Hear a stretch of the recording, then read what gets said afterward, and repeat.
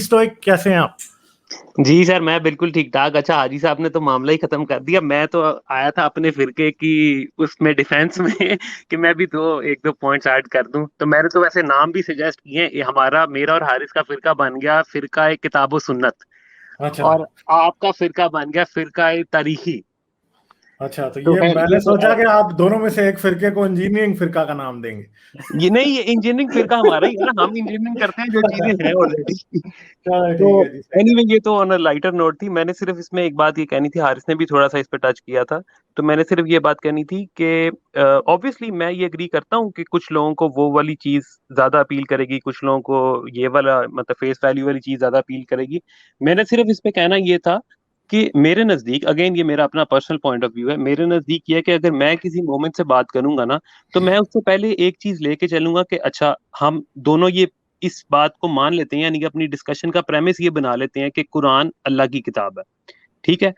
अब जब उसमें से मैं उसको 4 चौंते सूरह निसा की या स्लेवरी की या फिर शादियों के किस्से या ये वो चीज़ें दिखाऊँगा ना, तो वो इस बात से पीछे नहीं हट सकता कि यार मैं नहीं इसको मानता। क्योंकि उसके ईमान के लिए ये प्रीरेक्विज़िट है कि जो कुछ उसमें लिखा हुआ है, उसको वो मान के ही चलना है। फिर मैं उसके ज़मीर पे ये सवाल छोड़ दूँगा कि यार तुम अपने ज़मीर से, अपने ज़हन के मुताबिक क्या ये चीज़ें तुम्हें एक्सेप्टेबल हैं? तो ये एक प्रेमिस है इसका कि अगर आप उन्हीं की चीज़ों को लेके उससे एग्री करके फिर उसमें से चीज़ दिखाएँगे, तो वो आप उनके पास कोई चारा नहीं रह जाएगा सोचने के। जबकि आर्कियोलॉजिकल उसमें मुझे थोड़ा-सा एक इश्यू ये लगता है कि अगर मैं किसी को ये बात करूँगा ना, तो वो पहली बात तो मेरी हँसी में ही बात डाल देगा कि यार ये तुम क्या बात ले आए हो? मैं ये नहीं कह रहा कि होना नहीं चाहिए, कुछ लोगों को अपील करेगा, लेकिन मैं सिर्फ़ एक्सप्लेनेशन दे रहा हूँ कि उसी में से चीज़ निकाल के दिखाएँगे, तो उसके पास चारा कोई नहीं रह जाता भागने के। मगर ये मैं आपको एक बात बता दूं यहाँ पे कि मैंने ये देखा है, और हाजी भाई भी इस बात को सेकंड करेंगे। हम पिछले 8-9 साल से ये काम कर रहे हैं, और मैंने ये देखा कि कई बार ऐसे होता है कि लोग ये समझते हैं कि यार ये बात जो है ना, ये किसी को अपील नहीं करेगी। मगर मैं आपको ये लिख के देने को तैयार हूं कि फर्ज करें अगर किसी ने एक पेज भी बनाया होता है ना, फेसबुक पे लोग पेज बना के कहीं ऐसे होते थे कि वो सीधी सीधी इस्लाम को गालियां देते थे और हजरत मोहम्मद को गालियां देते थे, और मैं और हाजी भाई इस बात से बिल्कुल भी एग्री नहीं करते कि हम गालियां देना शुरू कर दें रसूलुल्लाह को। ठीक है, हम नहीं इस बात से एग्री करते। मगर मैं आपको यह बता दूं कि उन लोगों की वजह से भी लोग एथियस्ट बन जाते हैं। क्यों? क्योंकि लोग, यकीन करें, लोगों को शौक लगता है पहले, यार ये क्या हुआ, ये बंदा गालियां दे रहा है और इसकी वजह से भी मतलब कैसे ये जिंदा बचा हुआ है। फिर जब वो देखते हैं आहिस्ता आहिस्ता, तो उनको फिर समझ आती है दरवाजा की चाबी किसके पास है।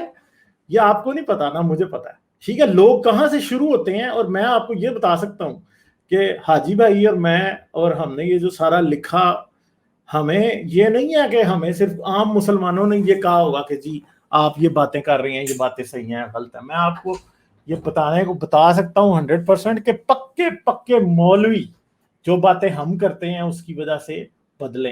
पक्के मौलवी 100% वो पक्के। क्या नाम है जी, वो तो हाँ। बंदा बिल्कुल ऑलमोस्ट बदल गया है। वो तो सिर्फ ऊपर ऊपर से ही है। क्या नाम है उसका, जो हमारे साथ भी बहुत बहस किया करते थे। अगले दिन उनका आपने भी उनका लगाया हुआ था यहाँ पे, क्या नाम था यार उसका, रिमेम्बर वो कारी इफ्तार की बात तो नहीं आप कर रहे? बिल्कुल बिल्कुल, कारी हनीफ डार की आप बात सुने। मतलब वो खुद कहने लग पड़ा कि अगर लोग अच्छी तरह अरबी अपना किताबों का तर्जुमा कर ले तो वो वाकई सारे मुलहद बन जाए।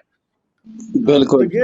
ये कारी इफ्तार तो हमारे साथ प्रॉपरली इंगेज रहा है, जिसे कहते हैं ना कि कारी इफ्तार की उधर से कोई उसने इतराज करता था और हम इधर से शुरू हुए होते थे। आज वो उसने यूट्यूब पे उसने तो हमें जवाब भी देना था सारी, जब हम लिख हाँ, जाते, लेकिन वो बेचारे जवाब नहीं उनसे बन पाया। अच्छा, वो एक वक्त पे अब मैं आप मनाजरे का भी मान गया था, उसे फिर किसी ने समझाया और इनके साथ मनाजरा ना करना। पाकिस्तानी फ्री थिंकर्स के 2-3 एडमिन्स के साथ मनाजरे पे मान चुका था एक वक्त। मुनाजरे पे मान चुका था, हाँ मुझे वो हाँ। उकसा चुके थे। अच्छा, दूसरी बात ये सर कि हम इस्लाम की फेस वैल्यू पे ही लेते हैं। आर्कियोलॉजी को ये मतलब कि ये वो तो मजाक में बात हो रही है ना कि ये फिरका है या वो फिरका है। हम जो चीजें आगे पेश कर रहे हैं वो इस्लाम से ही निकाल के पेश कर रहे हैं। हम अपनी तरफ से तो कोई नजरिया नहीं दे रहे, हम तो सिर्फ कुरान की और हदीसों का जो आप बाद में तारीख लिखी गई है, हम उसी तारीख को बता रहे हैं कि सर ये झूठी है, ये देखें ये झूठ बोल रहे हैं। यानी कि हम कुरान को अब देख लीजिए कि कुरान के अंदर वो जो आयतें आती हैं, क्या नाम है इसका, किबला चेंज करने की आयतें आती हैं, वो आनी चाहिए 632 में या 624 में, सॉरी 600 अपना 622, जब भी रसूल पाक ने वो मतलब के क्या कहते हैं उसको हिजरत की, किबला चेंज किबला जो के हो चेंज रहा है वो करने के तकरीबन हिजरत के 1 साल बाद हो रहा है। एक साल 623 की बात आपने है वो 24। आपने वो आयात 1000 मर्तबा पढ़ी होंगी, लेकिन जब आप आयात अब जो हमने सारी रोशनी डाल चुके हैं, अब आप आयात पढ़ के देखें, आपको वो बिल्कुल झूठी लगनी कि यार ये तो वाकई कोई बाद में बंदा कह रहा है कि जिस तरह रसूल किया करते थे, ठीक है ना, उससे साफ पता, अगर आपको उसको मतलब कि उन आयात को हमने इसको एक किस्त में बड़ी अच्छी तरह वो किया था, क्या नाम है अपना इसको सामने लेके मैंने उस आए पर थे। असल में अभी तक वीडियो नहीं बनाई हाजी भाई, अच्छा वो वाली अच्छा, किस्त अभी बाद में आनी है। राइट। सो मतलब कि आप उसी के अंदर से जब आर्कियोलॉजी, जो हम इसको नाम ले रहे हैं आर्कियोलॉजी, लेकिन ये ऐसी असल बात में हम असल मतलब कि ये इसका कहने का मतलब ये है कि ये हम उनकी अपनी लिखी हुई तारीख को ही आगे सामने रख के आपको बता रहे हैं। जितने भी कुरान के रेफरेंसेस दिए गए हैं और जितने भी वो हदीस के रेफरेंस दिए, किसी से बाहर से तो नहीं लेके आए, हम बाहर से कहीं से भी नहीं लेके आए, हमने और वही रेफरेंस दिए हैं जो उसके अंदर उनकी तारीख के अंदर खुद मौजूद है। तो और अब हदीसों में ही लिखा है, हदीसों में ही लिखा है कि मक्के में 4 किस्म की घास उगती थी। घास उगती थी, मक्के की फसील थी, मक्का फोर्टिफाइड शहर था, ठीक मक्का है। फोर्टिफाइड शहर था। मक्के के फोर्टिफाइड शहर के दो दरवाजे थे, एक ऊपर था एक नीचे था। ये सब बुखारी हदीस से साबित है, ये बातें ये सारा कुछ हम वहीं सब कुछ से, हदीस में। सो हाँ। वन वे दी अदर हम वही काम कर रहे हैं जो आप फेस वैल्यू जिसको आप बोल रहे हैं, हम जरा उसको बिल्कुल हकीकी तरीके से ले रहे हैं, और आप उनके साथ नजरियाती तौर पे लड़ रहे हैं कि यार ये जो क्या नाम है आपके जो स्टैंडर्ड्स हैं या अपना जो जो आपके मैनर्स हैं जिंदगी हाँ, गुजारने के, अच्छा, वो इसके ऊपर देखें, और इसमें कोई कोई गलत बात नहीं। और दूसरी बात ये है स्टोइक के जो साइंसेस होती हैं, they are not incumbent on the Socratic approach, जिसको मैं आपको कहता हूँ कि किसके फेस वैल्यू पे लेके उसके अंदर कीड़े निकालना। जो साइंटिफिक अप्रोच होती है वो हमेशा इंडिपेंडेंट होती है। और इसमें अगर कोई इंडिपेंडेंट सर्च हो रही है, और अगर let's just for the sake of it, जो हम लोगों को कहते भी हैं कि भाई कड़वा भी सच हो तो why should we not talk about it. तो चाहे इसका कोई फायदा हो या आप टैक्टिकली बात कर रहे हैं, tactic does not matter when you in search of truth. सच की बात है, जब आप सच को ढूंढ रहे होते हैं तो उसमें आपका जो दिमाग होता है, that should be able to go anywhere. और आप उसको, यस ओके, मेरे ख्याल से this is a very hot academic topic जो एकेडमिक्स के ऊपर है, and let them do the job, and it doesn't hurt anyone. अगर आपको ये लगता है, और जो गालिब ने बात किया, and I also know this people, कि कई लोग गंदी गंदी गालियां देते थे, जो रेडिक्यूल वाला जो पॉइंट है ना, रेडिक्यूलिंग इस्लाम, उसके बाद भी वीदू विज उसकी बहुत बड़ी एग्जांपल है। उसने जब वो चार्ली एब्डो के कार्टून्स हुए, उसने उसके जहन में यही आया कि भाई ये तो रसूलुल्लाह के साथ इतनी गुस्ताखियां हो रही हैं, इन लोगों के साथ कुछ भी नहीं हो रहा, या कुछ क्या है ये। रिडिक्यूल ने बड़े लोगों को चेंज किया है, जबकि हम पहले सोचते हैं कि भाई अगर आप किसी के मुंह पे जाके रसूल अल्लाह को गंदी गंदी गालियां निकालेंगे या उनकी तो शान में गुस्ताखी करोगे तो he will never listen to you. लेकिन but it has had impact as well. तो आप उसको एक तरह टैक्टिकली भी अगर आप देखें तो even that is not a very strong argument, क्योंकि टैक्टिकली भी लोग चेंज होते हैं, यू नेवर नो। और दूसरी बात ये है कि जब आप सर्च ऑफ ट्रूथ में होते हैं देन टैक्टिक्स डोंट मैटर। मैं आपकी बात एक मरतबा मैं आपकी बात काटूंगा, एक सेकंड सिर्फ, एक मैं आपकी बात काटूंगा अपना हारिस भाई, आपको मैं बताऊंगा कि मैं जब अपना एथियस्ट बना, मैं बड़ी स्ट्रॉन्ग मुस्लिम फैमिली से तल्लुक रखता था, तो उस वक्त मैं आर्कियोलॉजी की वजह से मुसलमान नहीं बना था। उस वक्त मैं आपकी तरह, जिस तरह आपका फिरका है, आपके फिरके में मैंने इस्लाम को छोड़ा था, ठीक है, उसकी फेस वैल्यू पे कि वो अपना औरतों की कितनी कदर करता है, बच्चों की कितनी कदर करता है, किसको कितना हक देता है, तो मैंने उसी पे छोड़ा था। ये तो बाद की बातें हैं ना, मतलब कि अपना आई स्टार्ट अपना learning and I mean I got to the depth of it. So अपना इन दोनों चीजें जो हैं ये बिल्कुल अलग-अलग नहीं है, बस क्या नाम है टॉपिक थोड़े डिफरेंट। मेरा हाँ, मेरा मेरा जो मेरा मेरा भी इससे थोड़ा सा डेप्थ है. Sorry stoic, you will be next, I promise you. मेरा इससे भी थोड़ा डीप है. मेरा इतना ही लोंडी और 4 बीवियों तक ही महदूद नहीं था. मैंने अपनी बुक में इसको बड़ी डिटेल से एक्सप्लेन किया था कि मेरे 3 क्राइटेरिया थे. पहले जो फिलोसॉफिकल आर्ग्यूमेंट्स है फॉर और against God. Second, the scientific knowledge that is perceived to be given in the Quran. और फिर तीसरा था मोरालिटी. तो ये 3 चीजें थी. मे बी सम पीपल जो अब हमसे बाद में आएंगे, may be they will add the 4th point which is the archaeological evidence और हिस्टोरिसिटी ऑफ इस्लाम.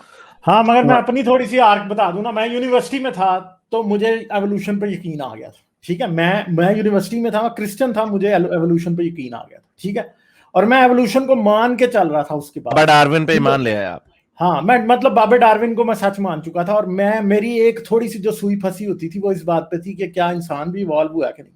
तो वो मैक्रो और माइक्रो एवोल्यूशन वाली बातें थोड़ा मेरा वो होता था. मगर मुझे ये पता था कि फॉसिल्स हैं और सारे जानवर ऐसे ही इवॉल्व हुए हैं और ये है वो. चाहे मैंने अपने बारे में उधर से तसल्ली दी हुई थी. फिर जो दूसरी चीज हुई वो ये हुई कि आहिस्ता आहिस्ता जब मैंने रिलीजन होते हुए मैं बहुत परेशान था. और क्योंकि बेसिकली मैं साइंस की तरफ से मुझे नजर आ रहा था कि रिलीजन झूठ है.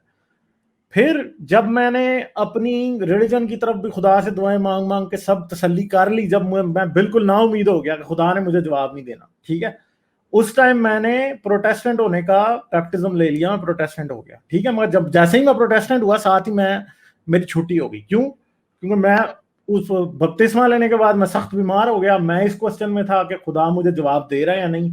और मुझे एक लिहाज से बहुत ज्यादा मैं ईगर भी था कि खुदा को जवाब दे दे. खुदा जवाब नहीं दे रहा था. इन द एंड जब मैंने बाइबल को क्रिटिकली पढ़ा. बाइबल को क्रिटिकली पढ़ने के बाद तो ये 2010 की बात है, 11-12 में, फिर 2011 और 12 में फिर मैं मतलब पहले ही एथियस्ट था उस टाइम. ठीक है, मैं क्रिश्चियनिटी छोड़ चुका था. मैं कुछ थोड़ा सा एक फिलोसफिकल टाइप का स्टैंस था मेरा, अजीब सा. ठीक है, और 11-12 में फिर मैंने जब रिचर्ड डॉकिंस की किताब पढ़ी तो मुझे और बड़े चीजें क्वेश्चन करने का मौका मिला.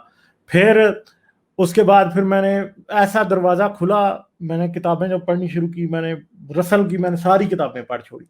सब कुछ पढ़ दिया, सब कुछ कर लिया. मगर 13 या 14 की बात है कि मैंने क्रिश्चियनिटी का ये बाद में देखना शुरू किया. ब्रिटानिका की क्रिश्चियनिटी की फिलॉसफी, क्रिश्चियनिटी की हिस्ट्री है 10, ऑक्सफोर्ड की है 10 जिल्दों की. मैंने कुछ 7 जिल्दें उसमें से पढ़ छोड़ी थी. ठीक है, और मैं देख रहा था सारा, और मैं देख रहा था जी ये बाइबल. मेरे लिए तो सबसे बड़ा प्रॉब्लम ये था कि भाई जीसस मरा है 33 एडी में, और बिब्लिकल कैनन कब फाइनल हो रहा है? 325 में. तो भाई यस्सु को मरे 33 एडी में मरा है. 300 साल बाद आप बिब्लिकल कैनन फाइनल कर रहे हैं. ठीक है, तो मेरे लिए ये बहुत बड़ा क्वेश्चन मार्क था. फिर जब मैंने ये देखना शुरू किया कि सबसे पुरानी न्यू टेस्टामेंट में किताबें कौन सी हैं, तो वो मुझे पता लगा कि वो तो पॉल के लेटर्स हैं. भाई पॉल के लेटर सबसे पुराने हैं, तो ये यस्सु से तो पॉल कभी मिला ही नहीं है. ठीक है, फिर उन्हीं दिनों एक बंदा था, उसकी किताब मेरे हाथ चढ़ी, मैंने वो पढ़ी. उसके अंदर ये लिखा हुआ था कि पॉल जो था वो हेलुसिनेट कर रहा था, और उसका जो उसे कोई एपिलेप्टिक सीजर पड़ा है, जिसका पूरी उसकी, मुझे याद नहीं है उसने कौन सी बीमारी आइडेंटिफाई की थी पॉल की. उसने पूरी वो बीमारी आइडेंटिफाई की थी कि ये जो बंदा है जीसस से कभी नहीं मिला, इसको कोई हेलुसिनेशन हुई और ये उसके बाद निकल पड़ा. फिर करते करते फिर मैंने ओल्ड टेस्टामेंट के बारे में आर्कियोलॉजी सारी पढ़नी शुरू की. तो जब मुझे ये पता चला कि अच्छा जी ये जो मेरे लिए बड़ा क्वेश्चन था, ये क्वेश्चन शायद को 13 या 14 में खुला होगा मेरे ऊपर के हिब्रू लैंग्वेज का ओरिजिन हो रहा है 700 बीसी में, और मूसा का क्रिश्चियन क्लेम कर रहे हैं कि 1600-1400 बीसी के दरमियान था. अच्छा ये क्या बकवास है भाई, हिब्रू लैंग्वेज ही 700 बीसी में नहीं है, तो 1400 बीसी में मूसा कैसे किताबें हिब्रू में लिख के दे सकता है?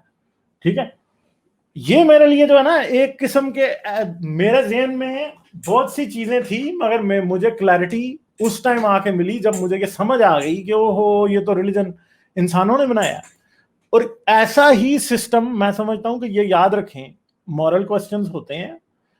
कुछ लोग होते हैं जो कि सिंपल बातों से ही कंफर्म हो जाते हैं, मगर कुछ लोग ऐसे होते हैं जिन्होंने सारा कुछ खंगाला होता है इस्लाम के बारे में भी. और वो ऐसी ब्रीड है, कुछ ऐसे लोग हैं कि जो के सवाल तलाश करते हैं तो सवालों के लिए फिर वो एक्सक्यूज तलाश करते हैं। तो उन लोगों को जवाब देना आर्कियोलॉजी की साइड से, जब उनको जवाब दिए जाते हैं ना, तो वो सही पजल तब होते हैं। और जिन्होंने हदीसें खंगाली हैं, जिन्होंने कुरान खंगाला है, जब उनको ये एंगल, क्योंकि वो इतने इंट्रेंच्ड होते हैं हदीस के स्टैंडर्ड नैरेटिव में, जैसे कि आज भी एक बंदा आके मुझसे बहस कर रहा है कि जी शाने जो वो है कि क्या उसे आप कहते हैं कि हदीसों की सनदें हैं, तो सनदें तो सब कुछ साबित कर रही हैं। वो बंदा ये सोचने को तैयार नहीं है कि सनद की कोई वैल्यू ही नहीं है। जिस हदीस की सनद जितनी अच्छी है वो उतनी गलत है असल में। तो ट्रूथ की एक वैल्यू है। कुछ लोग ऐसे होते हैं कि वो जब झूठ जब आपके ऊपर खुलते जाते हैं ना, तो वो बदल जाते हैं। मगर कुछ ऐसे भी होते हैं कि उनको सब्सटेंस चाहिए होता है बदलने के लिए। और मेरे ख्याल में ये एक हर बंदे की एक अपनी नेचर है। कोई किसी बात से बदल जाता है, कोई किसी बात से बदल जाता है, मगर बदलने के बाद भी एक प्रोसेस होता है पूरा। सिर्फ यही नहीं है कि जी क्रिश्चियनिटी झूठ है, पता तो ये मुझे बहुत पहले ही चल गया था, मगर क्या मेरी थॉट में इतनी डेप्थ होती अगर मैंने आर्कियोलॉजिकली और हिस्टोरिकली चीजों को ना देखा होता। मैं समझता हूं कि हर बंदे की एक आर्क होती है, और वो आर्क कैसी है ये उस बंदे पे डिपेंड करता है। हो कुछ लोगों सिर्फ यही ना आप समझेंगे लोग बदलेंगे कैसे, नहीं, बदलने के बाद भी उनका इंटरेस्ट क्या है। और अब ये मेरा पर्सनल इंटरेस्ट है कि मैं ये देखना चाहता हूं कि इस्लाम अगर बना तो बना कैसे, किस सेटिंग में बना, वजह क्या थी, और आज जो हम तक इस्लाम पहुंचा है वो देखें। ये बात अब एक और क्वेश्चन बड़ा आता है, मैं बात बड़ी लंबी कर गया हूं। एक और क्वेश्चन बड़ा आता है कि ये लोगों की आंखें बंद थी कि मजहब बदल रहे हैं और पता नहीं चला। मैं आपको ये गारंटी देता हूं कि लोगों ने अगर कलमे पढ़ भी लिए थे ना, तो पहली 2 सदियों के दौरान इस्लाम की शायद 99% लोगों को शायद नमाज पढ़नी आती हो, कुरान में क्या लिखा है, हदीस क्या लिखा है, हदीस थी नहीं। जैसे आज हम देखते हैं ना, मतलब हमारा ये है कि हम इस्लाम की हिस्ट्री देखते हैं, हदीस उसका एक इंटेग्रल पार्ट है। मुझे बताएं जो मुसलमान ऐसे थे कि कुरान भी था नहीं लिखा उनके पास, हदीस तो थी नहीं, तो वो क्या मानते होंगे।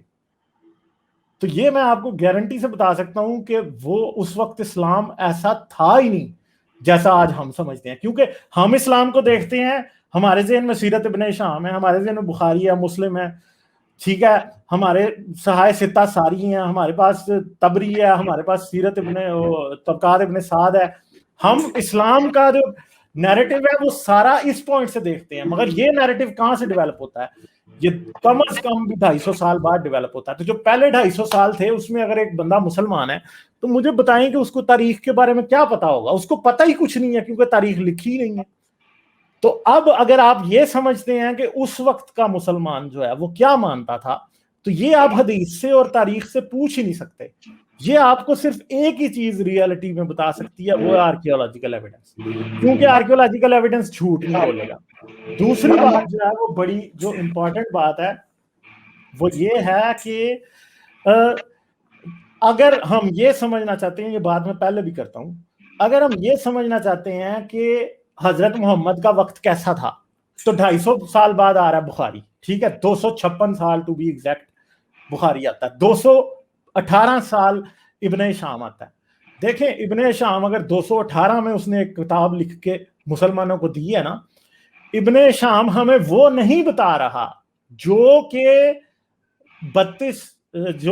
622 में या 632 में हुआ था। वो हमें ये बता रहा है जो कि वो 622 या 632 के बारे में ओपिनियन रखता था। उसकी जितनी भी किताब है बेसिकली उसका ओपिनियन है, और उसका ओपिनियन मैं आपको ये बता सकता हूं कि हमारा ओपिनियन ज्यादा रैशनल, ज्यादा इंफॉर्म्ड, ज्यादा ट्रू होगा। उसकी एक मेन वजह, उसकी जो मेन वजह वो ये है कि हमारे पास आज बेटर टूल्स हैं चीजों को एक्सप्लोर करने के। अगर एक कुरान का मैन्युस्क्रिप्ट है हमारे पास, तो हम उसे आज कार्बन डेट करके बता सकते हैं कि ये बेसिकली स्यापा है क्या। इब्ने शाम ने सिर्फ लोगों के वर्ड ऑफ माउथ को लिया, बुखारी ने लोगों के वर्ड ऑफ माउथ को लिया, इसके अलावा उसके पास कुछ भी नहीं था। उसके पास वेरिफिकेशन का कोई तरीका नहीं था। बेसिकली जो कुछ भी उसने लिखा है, जितने भी इनके हिस्टोरियन है, उन्होंने जो कुछ भी लिखा है बेसिकली वो उनका रसूल के वक्त के बारे में जो बिलीफ है या जो ईमान है वो लिखा है। इवन कि अगर उन्होंने जो लिखा है वो पॉलिटिकली मोटिवेटेड था, उनको फंडिंग की है, अब्बासियों ने बिठा के लिखवाया है, तो ये याद रखें कि वो लोग जो लिखवा रहे थे उनसे, जो उनकी बुक्स को प्रोपेगेट कर रहे थे, वो इस बात में इंटरेस्टेड ही नहीं थे कि सच है तो है क्या। और दूसरी बात है कि अगर वो इंटरेस्टेड होते भी कि सच क्या है, तो ये याद रखें, आज आप बैठ जाएं और एक अनपढ़ बंदे को बिठा दें, या जिस बंदे को सिर्फ पढ़ना लिखना आता है, और उसे कहें कि मुझे बहादुर शाह जफर के बारे में लिख के बताओ, और उसके पास कोई और रिसोर्स नहीं है, तो वो आपको क्या लिख के बताएगा?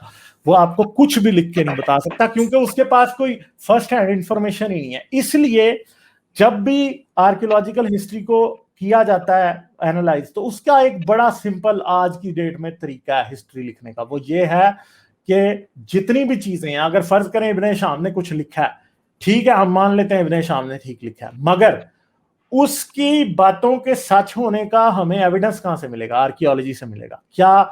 फिर एक बात है कि इब्ने शाम जो तारीख लिख रहा है उसके ऊपर अब्बासियों का असर है, या जो भी लोग इस्लाम को मानते हैं उनका असर है, जो कुछ भी है उसका असर है। मगर अब हमें ऐसा बंदा ढूंढना है जो कि इम्पार्शियल है, जिसके ऊपर अब्बासियों का असर नहीं है, जिसके ऊपर कोई रिलीजियस बायस नहीं है, जिसका कोई पॉलिटिकल एजेंडा नहीं है। वो बंदा कौन हो सकता है? वो बंदा ऐसा हो सकता है कि फर्ज करें इस्लाम की पैदाइश के दौर में कोई बंदा यूनान से आया, वो सफर पे आया है, वो दमिश्क में आया है, वो मक्के में आया है, वो लिख के और वो वापस चला गया, उसने जाकर अपना सफरनामा लिखा है।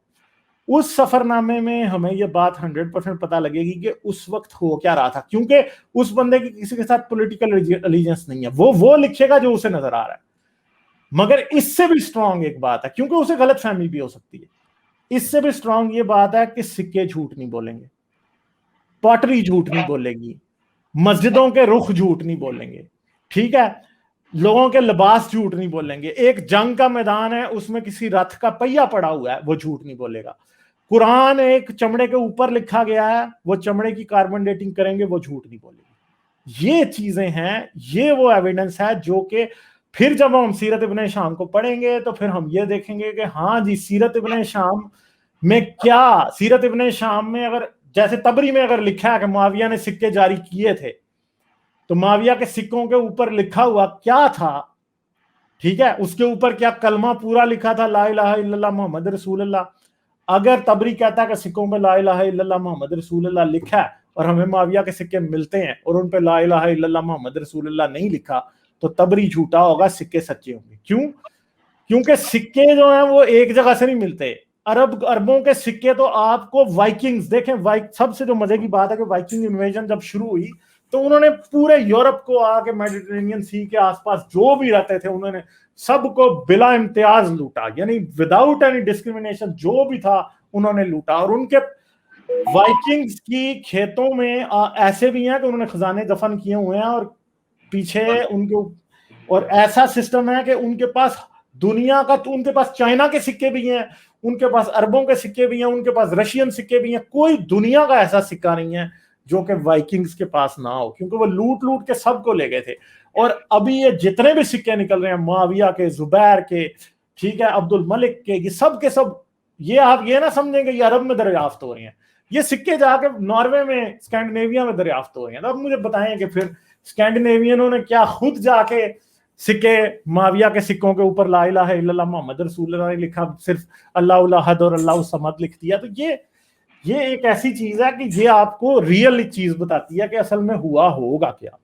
ठीक है, ये बातें हैं सारी। अब ये बड़ी लंबी दास्तान है, अभी भी मैंने बस I have shown you the tip of the iceberg. ये इतना एविडेंस है कि उससे ये पता लग जाता है कि जो इन्होंने लिखा है वो झूठ है। अब सच क्या था वो एक अलग क्वेश्चन है, उसकी सर्च जारी रहेगी। झूठ भी और सच भी ये उनकी अपनी किताबों से ही खुद अगर आप जरा गौर से पढ़े ना तो वहीं से साबित हो जाता है कि झूठ भी ये लिख रहे हैं, अपने ही झूठ को छुपा रहे हैं, सच भी ये लिख रहे हैं, तो किस तरह का सच ये लिख रहे हैं। अच्छा, स्टोइक लास्ट वर्ड आप कहना कुछ चाहेंगे? आपने हमने सुनी काफी बात। मुझे तो आप लोगों ने बोलना ही नहीं दिया, लेकिन चले मैं बस थोड़ा सा एंड पे ये कह देता हूँ कि देखें, हिस्ट्री जब लिखी जाती है ना, और हिस्टोरिकल रिकॉर्ड जो है, इसको हम आज के दौर से कंपेयर नहीं कर सकते। मेरा कहने का मकसद ये है कि अगर हम किसी भी हिस्टोरिकल कैरेक्टर का देखें ना, तो हमें हिस्ट्री के अंदर ही उसके मुख्तलिफ जाविये मिल जाते हैं। हाँ, हम ये कंजेक्चर जरूर कर सकते हैं या स्पेकुलेट कर सकते हैं कि हाँ ये बात ज्यादा रीजनेबल लगती है, लेकिन हम कभी भी कंक्लूसिवली 100% श्योरिटी के साथ किसी भी हिस्टोरिकल पास्ट इवेंट को ऑथेंटिकेट नहीं कर सकते। उसकी वजह ये है कि उसकी वजह है लिमिटेशंस। वो लिमिटेशंस आपको आर्कियोलॉजी में भी फेस करनी पड़ती हैं, वो लिमिटेशंस आपको हिस्टोरिकल रिकॉर्ड में भी। मैं इसकी मिसाल इस तरह दूंगा कि जब डायनासोर की तस्वीरें बनाई जाती हैं या जब उनके स्ट्रक्चर्स बनाए जाते हैं, तो बहुत कम ऐसा हुआ है कि आर्कियोलॉजिस्ट को पूरा का पूरा ढांचा मिल जाता है। मोस्टली वो ढांचे के कुछ पीसेस मिलते हैं, उसके बाद वो उसकी एक रिकंस्ट्रक्शन करते हैं कि what could have been a possible structure of this particular हाँ, dinosaur। लेकिन अच्छा, नहीं, पैलियोंटोलॉजी को आप आर्कियोलॉजी से कंपेयर नहीं कर सकते। नहीं, I have a very good point। नहीं, लेकिन वो ठीक है, वो बात आपकी ठीक है, लेकिन इसीलिए तो हम कह रहे हैं कि जब आपको पता चल जाता है कि T rex is not standing as upright as the Victorian era palaeontologist ने इमेजिन किया था, जब आपको उसके बाकी के पीसेस मिल जाते हैं, then you revert from the position. अब ये जो आर्गुमेंट दिया जाता है, सिक्कों का आर्गुमेंट दिया जाता है, और ये और जितने आर्गुमेंट्स दिए जाते हैं, फोर्टिफिकेशन ऑफ मक्का का, और ये जितने आर्गुमेंट्स दिए जाते हैं, at least they cause a dent on that. अब यही तो कहा गया है कि ठीक है, वी कांट कंक्लूसिवली से कि हुआ क्या होगा, but we can at least point out कि ये तो गलत है ना जो बताया गया। सो anyway, this is a long debate। और एक सेकंड, मैं इस पे एक और बात करना चाहूंगा कि आपने कहा कि वो उस तरह अपना जो पिक्चर ड्रॉ कर लेते हैं डायनासोर्स की। सर, आजकल की टेक्नोलॉजी के मुताबिक जब आपको ढांचा मिलता है तो आप उसकी जो उसका फेस जो होएगा, वो उसको आप बिल्कुल एग्जैक्टली कंप्यूटर की मदद से बिल्कुल एग्जैक्टली ड्रॉ कर सकते हैं। मैं आपको मिसाल देता हूँ इस बात की। अभी कुछ थोड़ी अपना कोई पिछले 4-5-6 साल पहले की बात है कि 10 साल 12 साल पहले की बात है कि एक अटैची केस मिला। उस अटैची केस के अंदर एक बच्चे का ढांचा पड़ा हुआ था। बच्चे का ढांचा अपना समंदर के अंदर वो तैरता फिर रहा था, किसी के हाथ चढ़ गया, वो जनाब वो लेके वापस आ गया। अपना जाके उन्होंने उनको बताया, क्या नाम, पुलिस में दे दिया। पुलिस वालों ने अपने क्या नाम है इसका जो आगे डिपार्टमेंट है, जो उनको क्या कहते हैं उसको, उस डिपार्टमेंट को मेरा नाम फोरेंसिक, हाँ जी, फोरेंसिक अपना उसमें लेबोरेटरी में दे दिया गया। जब उन्होंने उस लड़की का सिर्फ ढांचा था वो, ठीक है, उसकी जो जबड़े का ढांचा था, उस लड़की का जब उन्होंने फेस उसको अपना रिक्रिएट किया, तो और उन्होंने वो रिक्रिएट करने के बाद उसमें दे दिया, क्या कहते हैं उसको, अपने अखबारों में दिया कि ये बच्ची का ढांचा हमें यहाँ पे मिला, ये बच्ची इस तरह की लुक लाइक थी अपना, और ये बच्ची अपना 3 साल बाद इस तरह की लुक लाइक कर सकती है, और 15 साल बाद ये इसकी शक्ल अब इस तरह की हो गई हो चुकी होगी। जब उन्होंने अच्छा, ये मेरा ख्याल है ये शायद आप, मतलब मुझे इस पर्टिकुलर केस का नहीं पता, लेकिन मैं आपको एटलीस्ट डायनासोर्स के बारे में श्योरिटी की हद तक, क्योंकि मैंने इस पे पढ़ा हुआ है, इसके ऊपर जो भी शक्लें होती हैं वो उनको 100% नहीं पता होती। वो उनको उनकी आवाज, उनकी शक्लें, उनके स्किन कलर, ये सब चीजें जो हैं, ये हड्डी से या फॉसिल से एग्जैक्टली वो नहीं कर सकते। ये मैं आपके पर्टिकुलर केस के बारे में बात नहीं कर रहा, मैं डायनासोर्स के एटलीस्ट केस के। और मेरा एग्जांपल का पॉइंट सिर्फ ये था कि हिस्ट्री के बारे में यू कैन नेवर बी 100। आप आज की दुनिया में आप टेस्टिमनी के बारे में 100% श्योरिटी नहीं हो सकते। उस बंदे को गलत फहमी लग सकती है, अगर उसका कोई पॉलिटिकल बायस ना भी हो तो वो लिख जो भी रहा है वो अपने पर्सपेक्टिव से लिख रहा है, तो आप उसके ऊपर भी you can always raise question mark. तो वही क्वेश्चन मार्क स्टोइक, लेकिन वही क्वेश्चन मार्क देखें, मैं पहली तो बात ये है कि देखें, सॉरी, फॉसिल्स के बारे में मुझे तो इतना पता ही है ना, फॉसिल्स को आप सिक्कों से कंपेयर नहीं कर सकते। सिक्के आर्कियोलॉजिकल एविडेंस है, फॉसिल पेलियोंटोलॉजिकल एविडेंस है। पेलियोंटोलॉजी में देखें, बात यह है कि फॉसिल तो ओरिजिनल हड्डियां होता भी नहीं है ना, ठीक है, वो तो रिप्लेस हो जाता है, ठीक है। पेलियोंटोलॉजी को आप आर्कियोलॉजी से कंपेयर ही नहीं कर सकते। आर्कियोलॉजी में आपको वाकई लकड़ी मिलती है, आर्कियोलॉजी में आपको कुरान के मैन्युस्क्रिप्ट मिलते हैं, बाइबल के मैन्युस्क्रिप्ट मिलते हैं। आर्कियोलॉजी में आपको एक बिल्डिंग की एक्सप्लेनेशन है अगर बाइबल में, जैसे कि ओल्ड टेंपल की, तो आपको उसे कंफर्म करने का बिल्कुल पता लगता है कि उसमें डायमेंशन लिखी है, क्या डायमेंशंस ठीक हैं या नहीं है, ठीक है। लेकिन ठहर जाए ना, मेरी बात सुने ना, नहीं, टाइम नहीं है बहुत ज्यादा, मेरी बात सुने। आप लोग खुद ही करते रहे बात सारी। अच्छा चले ना तो मेन जो बात है वो ये है कि आप अगर पहले तो समझें पेलियंटोलॉजी और आर्कियोलॉजी में बहुत फर्क है। आर्कियोलॉजी में फर्क क्या है कि भाई देखें जी, आर्कियोलॉजी में फर्क है कि जी सिकंदर फलां जगह पे दफन है, ठीक है, सिकंदर आजम फलां जगह पे दफन है, फलां जगह मरा था, ठीक है, फलां जगह मरा था सिकंदर, तो उसके बारे में लिखा होगा कि भाई यहाँ पे मरा था, उस जगह के लोगों ने भी लिखा होगा। फिर एक बात है कि मैं आपको एक बात बताऊं, आप कह रहे हैं कि आर्कियोलॉजी बड़ी एग्जैक्ट है, इतनी लुटनी पड़ी हुई कि आप ये समझें कि नहीं आर्कियोलॉजी से कुछ कंफर्म नहीं हो सकता। दुनिया में कोई ऐसा मैदान नहीं है जहां पर जंग हुई हो, ठीक है, और आज भी उस जंग से रिलेटेड कोई ना कोई एविडेंस उनको ना मिले। इस्लाम के केस में मिलता ही नहीं है, ठीक है, ऐसा हो ही नहीं सकता। कोई शहर हो कहीं और शहर का नाम लिखा हो और बताया हो कि इतने मील पे फलां शहर से फलां शहर था, एग्जैक्टली अगर वो बंदे ने सच लिखा होगा तो वो बात आज भी कंफर्म हो जाती है, क्योंकि शहर की कोई ना कोई बाकियात कहीं ना कहीं मौजूद होती हैं। लेकिन गालिब इससे एक और हाँ। प्रॉब्लम आती है। आई हर्ड तारिक फतेह का आर्गुमेंट, आई हर्ड कि ये जो इन्होंने एक्स मुस्लिमों ने और सारे लोगों ने बनु कुरैजा का ढंडोरा पीटा हुआ है, and they say that there is lot of lies, इसके अंदर झूठ है बहुत सारी, इब्न शाम और तबरी वगैरह में। तो ही मेड एन आर्गुमेंट, उसने कहा अभी तक कोई ऐसी मैस ग्रेव नहीं मिली जहां पे 700 यहूदियों को या 700 कटे हुए सर मिले हों, तो बनु कुरैजा का भी मामला झूठ है। I mean obviously he's going by the lack of evidence is no evidence, लेकिन ये सारी जो I think I get the stoic का पॉइंट कि जो सिक्के जो हैं that's obviously set in stone, ये तो हार्डकोर है ना, ये तो ऑब्वियसली जब आपको एक पूरा टी-रेक्स का ढांचा मिल जाता है देन इट बिकम्स 100%, ठीक है। जो हाँ अगर पार्शियल स्केलेटन मिला है देन ओके कंजेक्चर है, और अभी तक आपको पता है मेगलोडॉन का हमें नहीं पता क्या शेप है, देयर इज अ कंजेक्चर के ये उसके दांत बहुत बड़े मिलते हैं ना, उसके से दांत मिलते हैं, नथिंग एल्स, कुछ नहीं मिलता मेगलोडॉन का, तो वो आप कह सकते हैं। लेकिन स्टोइक इससे आपका अपना आर्गुमेंट वीक हो रहा है कि we can not take anything on their face value, क्योंकि हिस्ट्री जो है, हिस्ट्री है ये क्वेश्चन। नहीं अच्छा चले मुझे इसका जवाब दे दें। देखिए नहीं, मेरा आर्गुमेंट इससे वीक इसलिए नहीं हो रहा बिकॉज क्योंकि मैं जब कुरान की बात करता हूं तो कुरान के बारे में मेरा और एक किसी मुस्लिम का ये, हम इसको लेके चल सकते हैं कि ये बिल्कुल ठीक लिखा हुआ है, इसके अंदर कोई इख्तिलाफ नहीं है। अब आओ इस पे बात करो। देखिए हमने हमारी एड्रेसीज तो जो है नॉर्मली स्पीकिंग हमारे एड्रेसीज तो मोस्टली मुस्लिम पॉपुलेशन है ना, तो अगर वो भी आप हो रहा है उनको यार, एक भी हो साइड ही पे रहा अगर है। आप कंजेक्चर की बात करेंगे, देखिए क्यों मुसलमान बहुत सारे हदीसों को छोड़ चुके हैं, वो कहते हैं नहीं ये तो सब वो बकवास लिखी हुई है। डिफरेंट है ना यार, हाँ चले हम इसी पे हम बार उसी सर्कल पे घूम हाँ, रहे आई हैं। थिंक काफी लंबा हो गया, अब इसको रैप अप हाँ ठीक है, चलें ठीक है स्टोइक, बहुत शुक्रिया, ठीक है, थैंक यू। सैटरडे को यू कैन ऑलवेज कम, सही है, कोई मसला नहीं है। मैं हाँ तो नेक्स्ट टाइम आपने बहुत सी मुझे भी बातें थोड़ा रह सा जाती हैं, मौका क्लियर नहीं होती, मेरे ज़हन में भी बातें नहीं होती, बट डोंट थिंक कि archaeology is a sham science. Archaeology बहुत एग्जैक्ट नहीं साइंस आई एम है। नॉट सेइंग इट्स हाँ। शैम, आई जस्ट थिंक कि ये कभी भी 100% नहीं वो conclusiveness की तरफ देखें, नहीं मैं जा सकती। आपको पिछली बार मैंने आपसे के बात कही थी कि सच को ढूंढना जो है ना बड़ा मुश्किल काम होता है, मगर झूठ पकड़ना 2 मिनट का काम होता है, क्योंकि बंदा एक बात में झूठा पड़ जाए ना तो सारी बातें झूठी हो जाती हैं। तो ये बेसिकली आर्कियोलॉजी भी ये करती है, जिससे अगर तबरी ने कुछ लिखा है, ठीक है, तबरी एक बात लिख रहा है और आर्कियोलॉजी उसके खिलाफ चली जाती है तो तबरी झूठा होगा, आर्कियोलॉजी झूठी नहीं होगी, ठीक है, ये बात होती है। चलें ठीक है, थैंक यू। ठीक है चलो, थैंक यू।